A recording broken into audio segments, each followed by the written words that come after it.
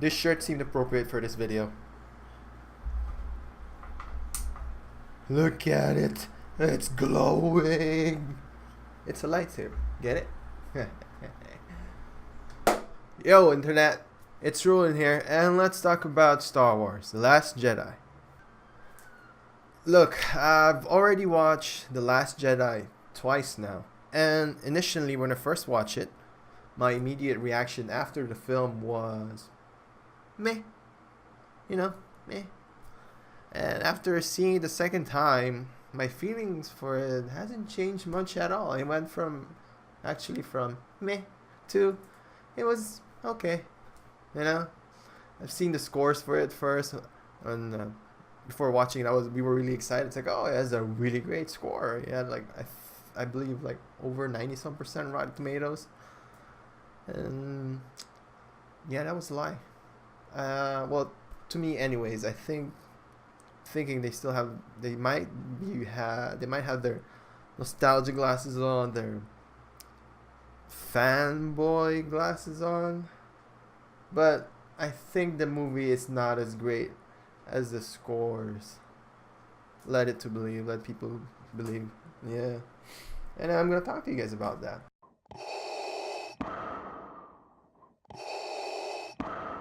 I'm gonna start with the bad, because this movie has a few, and then I'm gonna go with the good, and then I'm gonna go towards the speculations. You know, right off the bat, like first 10-15 minutes of the film, already I caught myself saying like, oh, rolling my eyes, and oh, this is the thing, this is happening, this is a thing now, and that's partly because with the humor. A lot of the humor in this film didn't land very well, you know. I get amused easily. I laugh at the little things. I laugh at my own jokes. I laugh at my own lame dad jokes. But this one, it just kind of cringy, kind of roll my eyes kind of thing. No, now I know how my friends feel like when I make those lame jokes. That's beside the point. But like, for example, in that one scene where Finn woke up, spoiler alert, he wakes up. But yeah, when he wakes up and Poe sees him in the hallway leaking all over the place. What? I mean, let's say the med bay is just next to the hangar, okay? Let's say it's pretty close. No one stopped him from leaking all over the damn corridor. Like, really? Were they trying to be funny with that? Like, oh, he just woke up, he's leaking all over the place. That's dangerous. Are they that lacking in staff that no one tried to stop them in the hallway? It's like, yo, bro, you're leaking. You have people slipping on here. This is a safety violation. Go back inside medbay. Let's get these things out. Like, where are the nurses? When he woke up, there were no sensors or anything. That beep beep beep. Oh, so he woke up. Also, the way he fell, it probably hurt. Yeah, he just woke up from coma and everything. He just fucking fell flat on the floor. I'm pretty sure that hurt. But that's like one of the things. Another thing was during this montage with Luke Skywalker, right? That was pretty cool, you know. They were in the island with Rey, and they're showing how he was surviving, you know. And there's that one scene where he crossed this gap with the stick, where he held onto the stick, and then he jumped over to the next part of the cliff. You know, I thought that was really cool. It's like, oh, okay. And then actually that stick he uses to spearfish. That long ass stick he uses spearfishing, and it was cool because you can see later on, you see him with a huge ass fish on him. Like, oh, it kind of reminds me of a Dragon Ball in a way. That's weird, but it's cool. And then immediately after that, you know, they go to the shore, and you see this whales.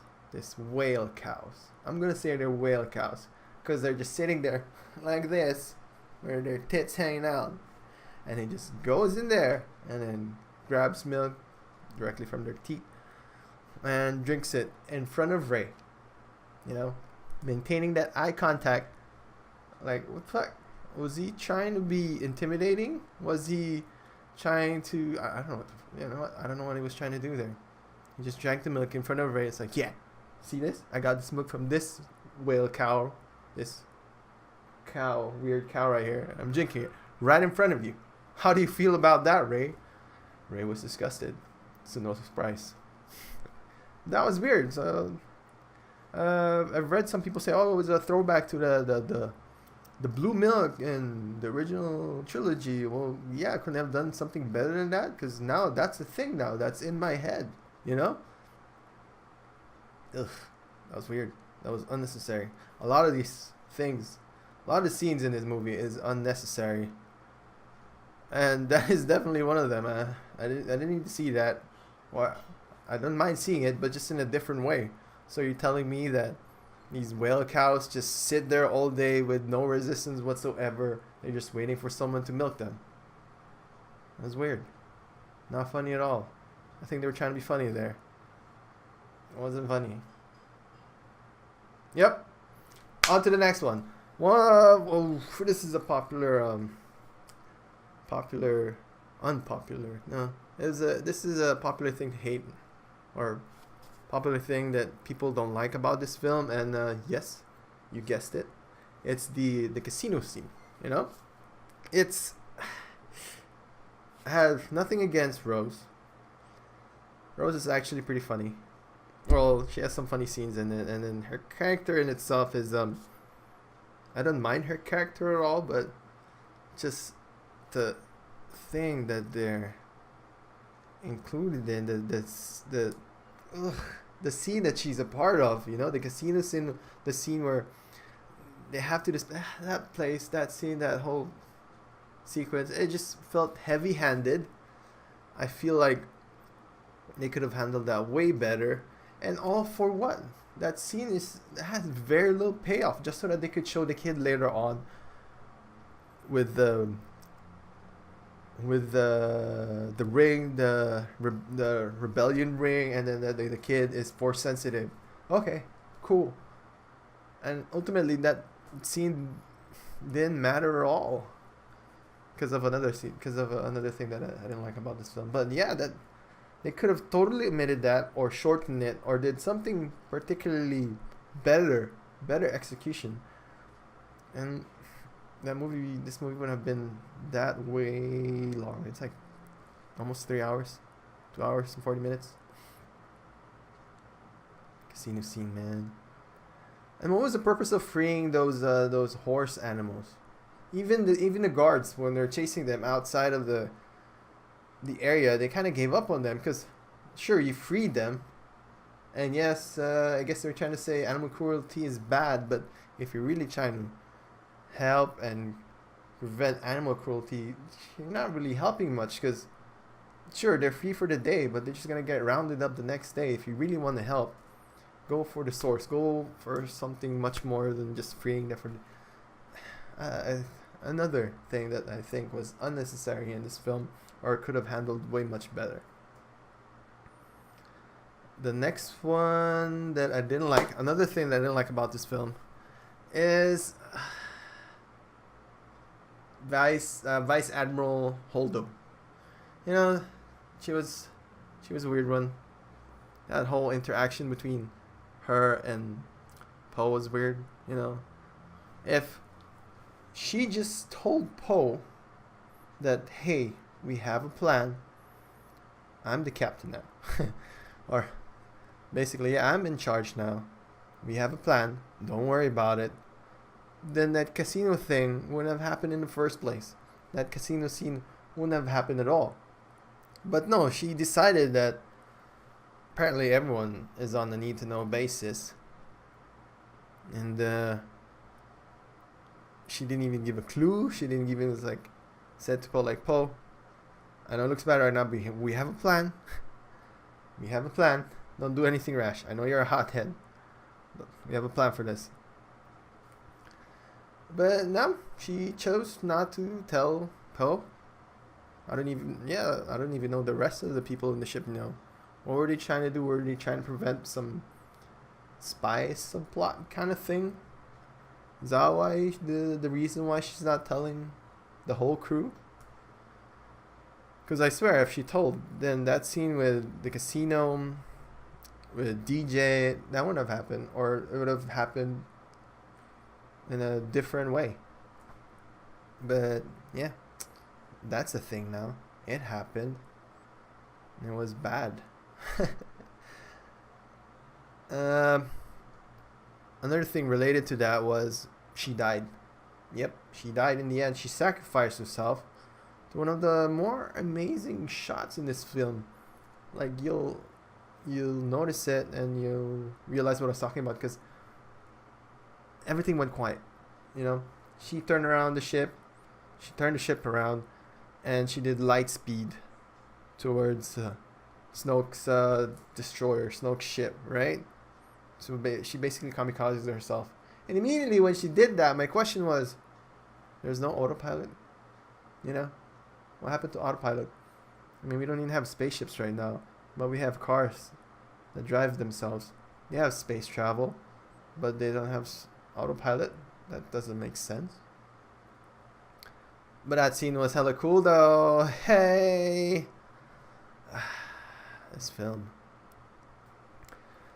Another thing that I didn't like about this film was what they did with Snoke. You know, I was excited. It's like, oh, we're gonna see more of Snoke. We only saw half of Snoke because he got cut in half. He did. Oh man, that whole sequence with them in the throne room. I thought that was cool. We saw more of him. He talked more.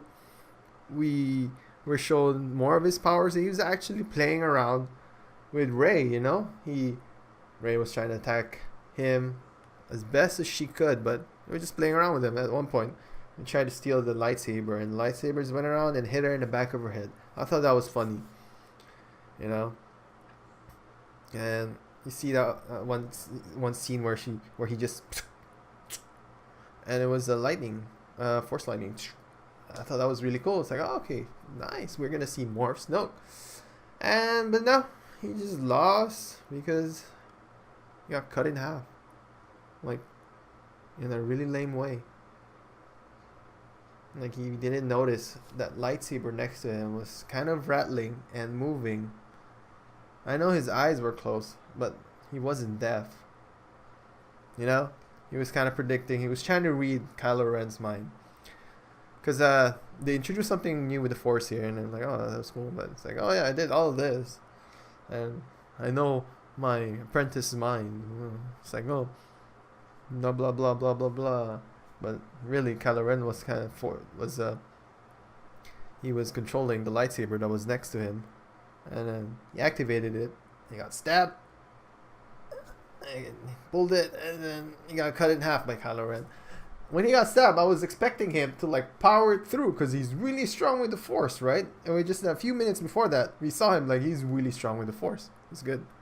He's a Darth, or he's a Dark Lord. No, that's Harry Potter. But yeah, we saw him really great with the Force. He's just playing around with Rey basically, and he got killed in the most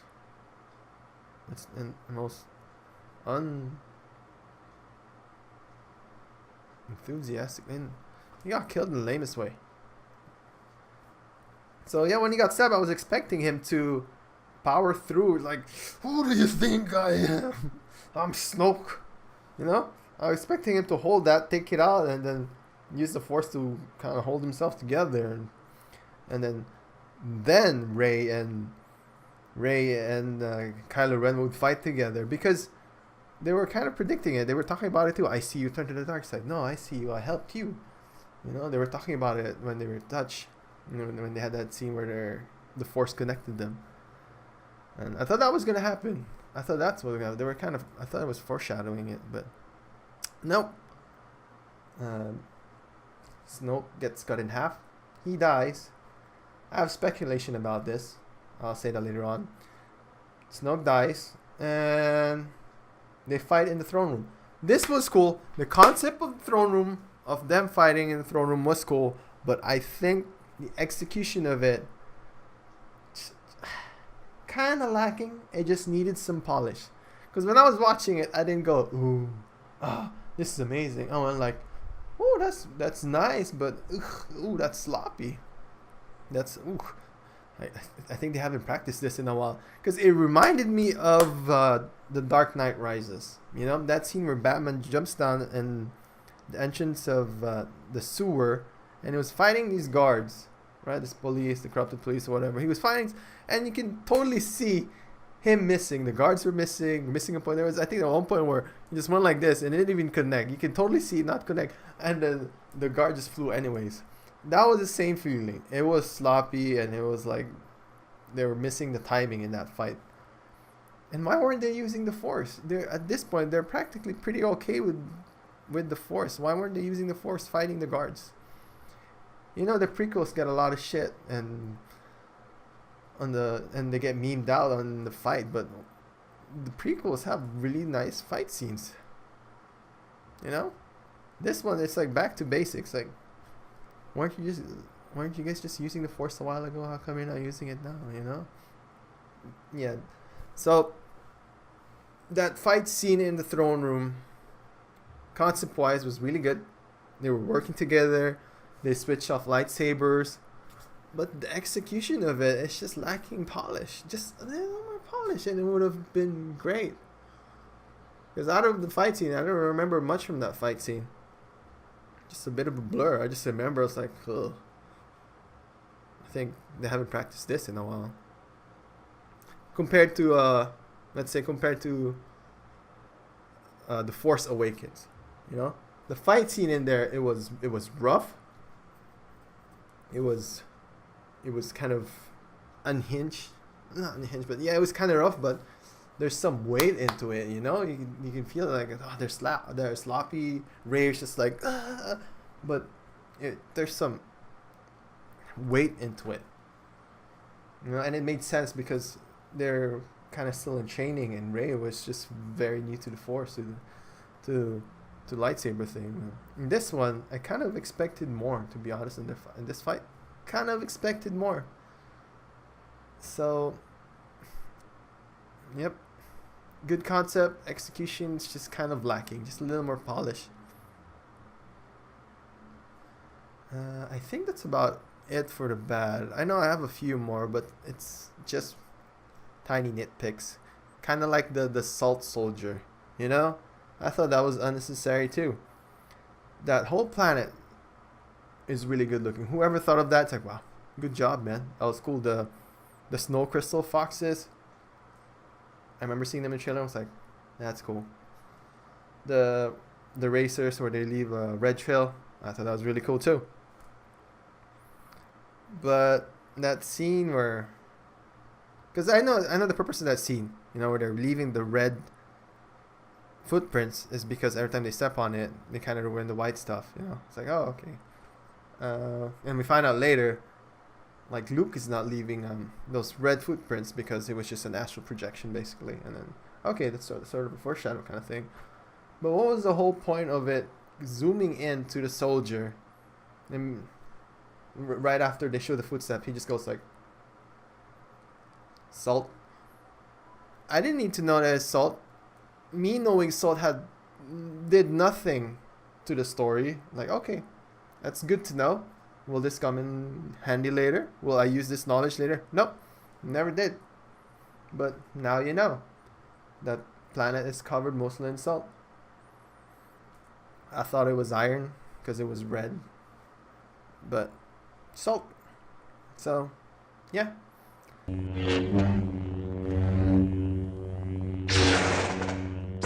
And now I'm gonna talk about the good.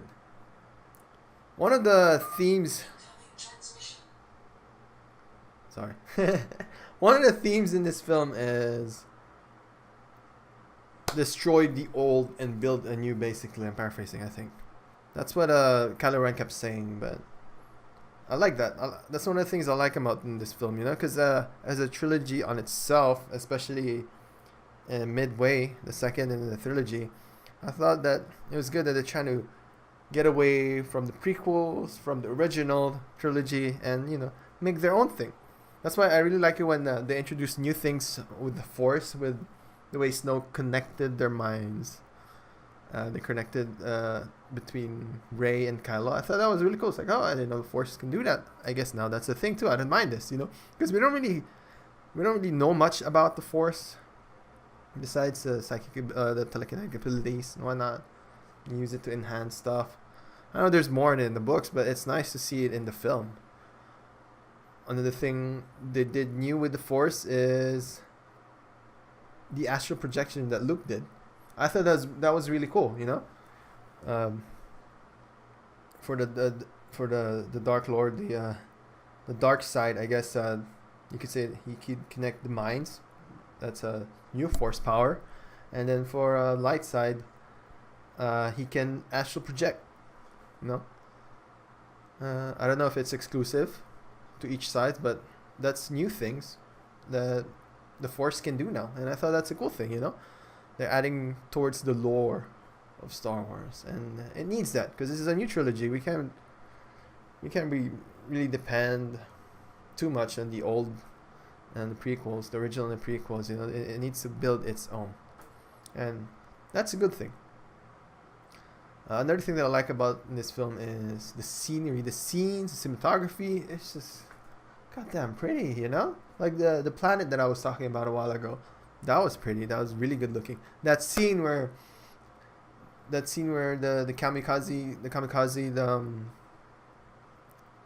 ship, the Lightspeed kamikaze. I thought that was really pretty. Everyone was when it did that, and you just lost the audio and everything was quiet. The whole room was quiet. Everyone felt that. Everyone kind of just took that in, and I'm like, wow, that was a great scene. Yeah, I think that's most of the good things that I like. Not a lot, right? Not a lot. Basically, I like what the new things they did with the Force. I like that they're trying to expand the lore in it and not relying too much on the prequels and the original. And I like some of the scenes, the locations, and whatnot in this film. Yep. And I guess we're going towards speculations.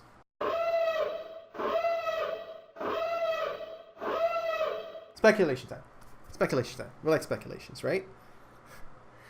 I think Snoke's still alive. That's one of my speculations. He just died in a really bitchy ass way, Even if he got too cocky, I didn't think he would have let himself just get cut in half right there. Because it wasn't swift. It wasn't go. It was a stab. It was, and it stayed there for a bit, and then it got pulled out. That's how he died. See, I think this is one of the problems with switching directors, but it doesn't even make sense. J.J. Abrams, Rian Johnson, and then J.J. Abrams again. That's why it's such kind of a different. It's. The first film of this trilogy kind of set things up for the second film, and then the second film they changed director, and then it's like, nope, I don't want this. That's why I feel like they just killed Snoke's so easily because of the change in directors. And now Rian Johnson's gonna get his own trilogy, but that's already been done. You know what I mean? It's done. The damage is done. But yeah, I believe Snoke's is still alive. I believe the reason, I don't know if they're gonna do this in episode 9, but my speculation is that's not really Snoke's body. It could be he's well versed in the dark side powers already. That's not his normal body. That's not his original body. He actually just transferred his consciousness towards this. So he's not dead. His consciousness, he probably just, we'll see him in next episode 9. It's Snoke again, but in a different body, and they'll find out that that's just his consciousness. And he's still one of the main villains there, and we'll find out more about him in the next film. That's what I'm hoping. Cause Kylo Ren is a good villain, but he's more of an anti-hero for me in a way. He's not like a real villain. He's more like an anti-hero kind of thing for me. So I wanted Snoke to be the bad guy. I wanted to know more about the dark side. I don't know. I want to know more how he came to be and where he came from, but not too much that he needed his own film. You know, just a little bit. And we find out like, oh, he's one of the old baddies, and actually, he that was just his consciousness. He can transfer consciousness. That's one of the things with the dark side of the Force. That's why he can connect the minds. That's why he can connect the minds, because he can transfer consciousness. That's why he can connect Kylo Ren and Rey's mind, because he can transfer consciousness. So my speculation is he's still alive, and he just transferred his consciousness somewhere else. My second speculation is that Rey's parents are not junkers. They just set up too much in the first film that just for them to just nonchalantly like, oh, your parents, you know it all along, they're just junkers. I mean, there's a lot of manipulation in this film. And I think that Kylo Ren just said that, you know? Kylo Ren just said that offhanded just to make her feel bad, you know? Like, you know, never mind your parents. Because main theme also is like, get rid of the past. Get rid of the past. And I think Kylo Ren just said that so that Rey doesn't get stuck in the past anymore and would join him. You know? That's one of the things too, like destroy the past and build the new.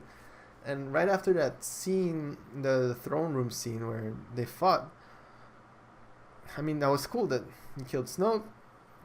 Never mind past, we're gonna build our own new thing. And almost immediately he goes back to the old ways and he goes, let's rule the galaxy, join me. It's like, you're not exactly destroying the old, you're just replacing manager and you're pretty much doing the same shit, you know? Building new would be him killing Snoke and just destroy the Jedi Order and the dark side Force. Like why do we even have to pigeonhole ourselves into just the dark or the light? Why can't we learn both? Dark side has cool powers, light side has cool powers too. Why can't we learn both? You know, that's certainly new. That's definitely new. But almost immediately he stretched out his hand. It's like, oh no, he stretched out his hand. Join me, Rey, and let's rule the galaxy. And Rey is like, I'm pretty sure Rey was like thinking like, bro, you just said destroy the old, and now you want me to rule over the galaxy? That's not new. That's basically what Snoke was doing. That's what the First Order is doing. So, come on, Rey, follow your own advice. Or I mean, Kylo, follow your own advice, Kylo Ren. Yeah, that's my second speculation. Rey's parents are not junkers. Kylo Ren just said that just so that she would join him to rule the galaxy, which is pretty lame since he kept on saying about destroying the old, but he's basically doing the same thing. And I think my final speculation is Rey, like the next film, since it's gonna be back to J.J. Abrams again, I think we're gonna see more of the blurring the lines of the Force, especially what they did in this film. I think J.J. Abrams might build upon that. I think we might see more of Grey Jedi, the first Grey Jedi, or in a long time, I guess. Rey might be the first Grey Jedi. She might, since you know they're friends. Rey and Kylo are friends, I think, and she's inherently good. She's really nice. So I'm thinking, even though in that scene in the end where metaphorically she closed the door on Kylo Ren, I don't even know why they can still do it. I guess because they got used to it, the power state, that they can still connect each other, their minds still connect to each other. But yeah, that one scene where she was on top of the platform, looking down, could see Kylo, and then close the door. I think she's not really gonna close. She's still gonna try and talk to him and be his friend. Uh, so in a way, I speculate that she's gonna learn more about the Force, the dark side, and the lights. I mean, in the beginning too, they kind of foreshadow it. When that was genuinely funny. That one was genuinely funny. And the early scenes in the film where she was trying to feel the Force, and she just dove right into the unknown, the dark side, you know. And Luke was like, "You didn't even hold back. You just jumped right back in." Well, it kind of makes sense. She has a curiosity, you know. She wanted to know. I mean, she didn't even know. What does she know about dark side powers? She doesn't know anything, so she just went to it and wanted to know what it is. So I believe that's sort of a foreshadowing, because Rey is gonna be the first Grey Jedi. I mean, kind of makes sense in her name, Rey. Grey. I know that's kind of weak, but that's one of my speculations. Rey will become the first Grey Jedi. She's gonna learn both sides of the Force, and Kylo is gonna help him. You know what? That's gonna be my speculation for the 9th film. Kylo Ren is gonna mellow out a bit. He's not gonna be so much on the dark side of the powers. He's not gonna be so much on not world domination, galaxy domination. But he's gonna teach Rey about dark powers, the dark side powers, and Rey's gonna learn that. She's gonna be the first Grey Jedi, and in a way, Kylo is gonna be sort of become like a Grey Jedi as well, because he was raised by Luke. He was taught by Luke, so you know, he knows some light side powers in there. So they're both gonna be Grey Jedis, and then Snoke's gonna come back. Snoke's they find out, is a really powerful Sith Lord that can transfer his powers through different consciousness. He just yeah. That's my speculation for the 9th film. There you go. Write it. There you go. Pay me. What? Do you guys need help? That's the thing. Do it. Let's do this. but thanks for watching, guys. And my final score of the film, I'd give it it's an okay B. You know, B minus.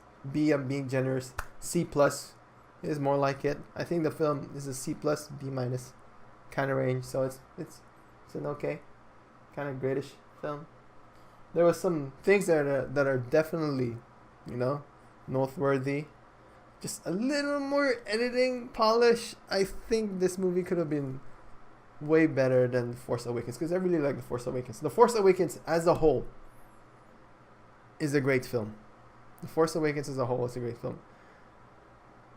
The Last Jedi as a film, not so much, but narrative wise, I like what they were going with it. I like what they're doing with it. I like what they're going with it. The possibility of it going to these places that Star Wars hasn't been yet, I like it. But as movie as a whole, it was okay.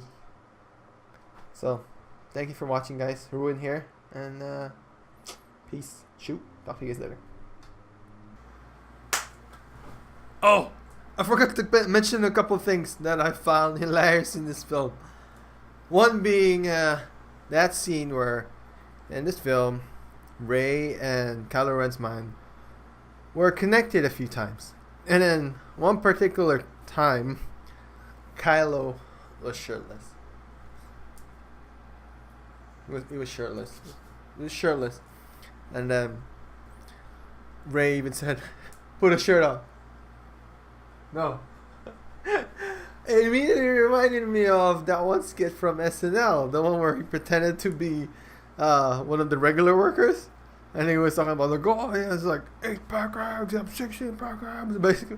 And then that scene, I don't know if they're trying to be funny, but it was. I don't know if it was a throwback. I don't know if it was. It was a reference, a callback to that skit, but that was legitimately fun.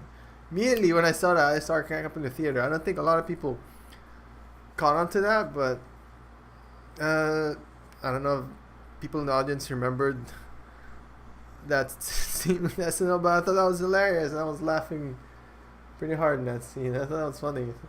Put a shirt on. Put a shirt. Put a smoke on or something. Put a smock on or something. No, it was just shirtless.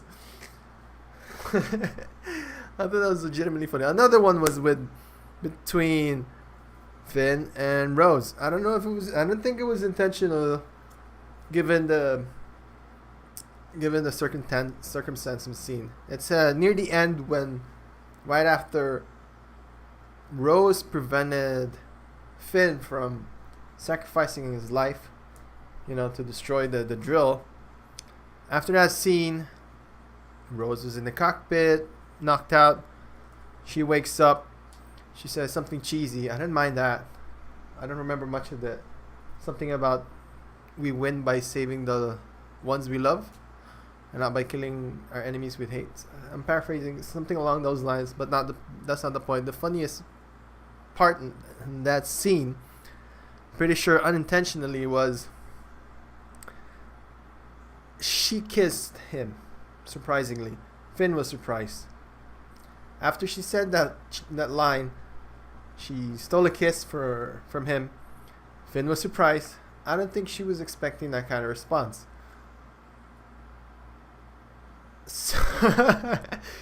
So she knocks out again.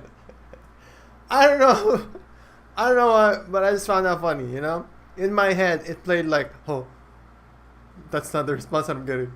I'm gonna pretend to be knocked out again. so I just laughed my ass off in that scene, Maybe she did knocked out again, but in my head, it played as her not getting the result she wanted, so she pretended to be knocked out. Because it was just funny, like a kiss, and then Finn was like, "Oh," and then she was like, "Oh no, oh," and then later I was like, "Oh, what? I kissed you? I don't remember." I thought that was really funny. Not those early things with the teeth and the leaking and then making fun of General Hux. That was weak. But those were funny. Those were legitimately funny. Yeah, thanks for watching.